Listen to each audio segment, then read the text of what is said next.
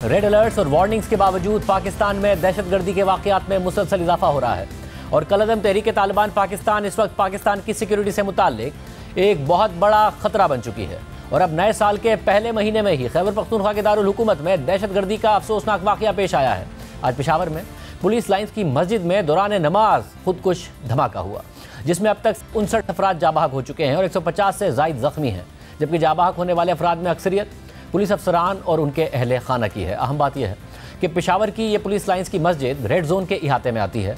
इस इलाके में पुलिस हेडक्वार्टर समेत अहम सरकारी इमारतें मौजूद हैं, मगर इस हसासियत के बावजूद ये दहशतगर्दी का वाक़या कैसे हुआ, वो खुदकुश हमला आवर मस्जिद में कैसे पहुंचा, इस हवाले से अब भी इबहाम बरकरार है। आज वज़ीर आज़म शहबाज शरीफ और आर्मी चीफ आसिम मुनीर इस वाक़े के बाद पेशावर पहुंचे, ज़ख्मियों की अयादत की और वज़ीर आज़म ने इस वाक़े से मुताल्लिक IG खैबर पख्तूनख्वा से सवाल किया कि खुदकुश हमला आवर कैसे पुलिस लाइन्स में दाखिल हो गया, जिसका IG ने जवाब दिया कि पुलिस लाइन्स में फैमिली क्वार्टर्स भी हैं, हो सकता है कि हमला आवर पहले से ही अंदर ही रह रहा हो। तहकीकात कर रहे हैं वाक़या कैसे पेश आया और हमला आवर कैसे दाखिल हुआ।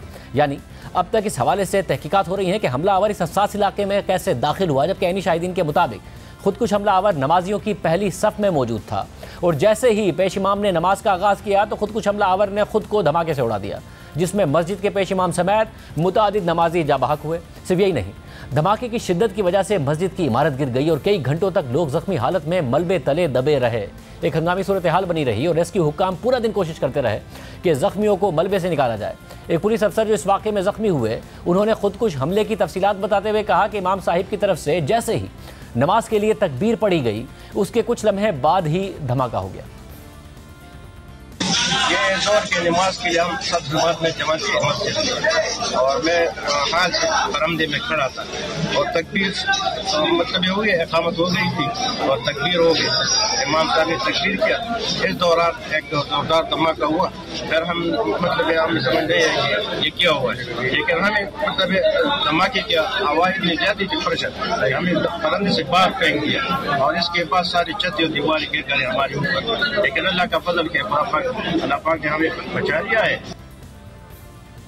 इस वाक़े की जिम्मेदारी कलअदम तहरीक तालिबान पाकिस्तान ने कबूल कर ली है, जो गुज़िश्ता कई सालों से पाकिस्तान के खिलाफ दहशतगर्दी के वाक़यात में मसरूफ़ है। और 2022 में जब तहरीक तालिबान पाकिस्तान से पाकिस्तान की साबिका हुकूमत के मुज़ाकरात नाकाम हुए तो TTP ने पाकिस्तान के खिलाफ एक बार फिर से ऐलान जंग कर दिया। फिर जून 2022 में मौजूदा हुकूमत और TTP के दरमियान बातचीत हुई और सीज़ फायर का मुआहदा किया गया, मगर बाद में वो भी नाकाम हो गया और कलअदम तहरीक तालिबान 2022 में पाकिस्तान के खिलाफ सबसे बड़े थ्रेट के तौर पर उभर कर सामने आई। और 2 जनवरी 2023 को पाकिस्तान की कौमी सलामती कमेटी ने एक हंगामी इजलास तलब किया, जहां मुआशी चैलेंजेस के साथ साथ दहशतगर्दी के चैलेंजेस का जायजा लिया गया और वाज़ेह किया गया कि दहशतगर्दी के खिलाफ अब पूरी रियासती ताकत के साथ निपटा जाएगा। 2 जनवरी को कौमी सलामती कमेटी के एलामिया के मुताबिक वज़ीर आज़म ने इस बात पर जोर दिया है कि दहशतगर्दी के खिलाफ जंग को वफाकी और सूबाई हुकूमतें नेशनल एक्शन प्लान के तहत लीड करेंगी और अफवाज पाकिस्तान दहशतगर्दी की रोकथाम और साजगार माहौल के लिए अपनी खिदमात सर अंजाम देंगी। सूबाई एपेक्स कमेटियों को बहाल किया जाएगा। कानून नाफिज करने वाले इदारों बिलखुसूस CTD को मतलूबा सलाहियतों के साथ जंगी बयार तक लाया जाएगा और किसी भी मुल्क को दहशतगर्दों को पनागाहें और सहूलतें फराहम करने की इजाज़त नहीं दी जाएगी। पाकिस्तान इस सिलसिले में अपने लोगों के तहफ़्फ़ुज़ के तमाम हुकूक महफूज रखता है। 2 जनवरी के एलामिया के मुताबिक कौमी सलामती कमेटी ने पाकिस्तान में दहशतगर्दी के खिलाफ जीरो टॉलरेंस के अपने फैसले को दोहराया है। दहशतगर्दी के खिलाफ रियासत की पूरी ताकत से निपटा जाएगा। पाकिस्तान की सलामती पर कोई समझौता नहीं किया जा सकता। पाकिस्तान की सरजमीन के एक इंच पर रियासत की मुकम्मल रिट बरकरार रखी जाएगी। मगर इस्लामिया के फौरी बाद कलअदम तहरीक तालिबान ने मुल्क की सियासी क़यादत बिलखुसूस पीपल्स पार्टी और नून लीग को धमकी दी और मौक़िफ़ इख्तियार किया कि तहरीक तालिबान दोनों जमातों के खिलाफ ठोस इक़दाम करने पर गौर कर रही है। साथ ही कलअदम TTP ने मजहबी जमातों से मुताल्लिक भी पैगाम जारी किया और तहरीक तालिबान के इस बयान को एक पॉलिसी शिफ्ट के तौर पर देखा गया। वाक़यात संगीन होते गए और 9 जनवरी को दहशतगर्दों और दहशतगर्दी की कार्रवाइयों के खिलाफ खैबर पख्तूनख्वा के उलमा ने एक फतवा जारी किया और इस फतवे में मुख्तलिफ मकातिब फ़िक्र से ताल्लुक़ रखने वाले उलमा की राय शामिल थी, जिसमें बाकायदा इस बात पर जोर दिया गया कि जिहाद का ऐलान इस्लामी रियासत का सरबराह कर सकता है। हर शख्स को जिहाद के ऐलान का हक नहीं है। कानून की पासदारी से गुरेज करना शरन नाजायज़ है। पुलिस और फौजी एहलकारों के खिलाफ हथियार उठाना शरन नाजायज़ और रियासत के खिलाफ है। हाकिम वक्त के खिलाफ खुरूज बगावत है। इस्लामी रियासत के अंदर किसी किस्म का फितना व फसाद और मुहाजराई फैलाना शरीयत की रूह से जायज़ नहीं। पाकिस्तान के दस्तूर और कानून से बगावत करने वाला सज़ा का मुस्तहिक होगा।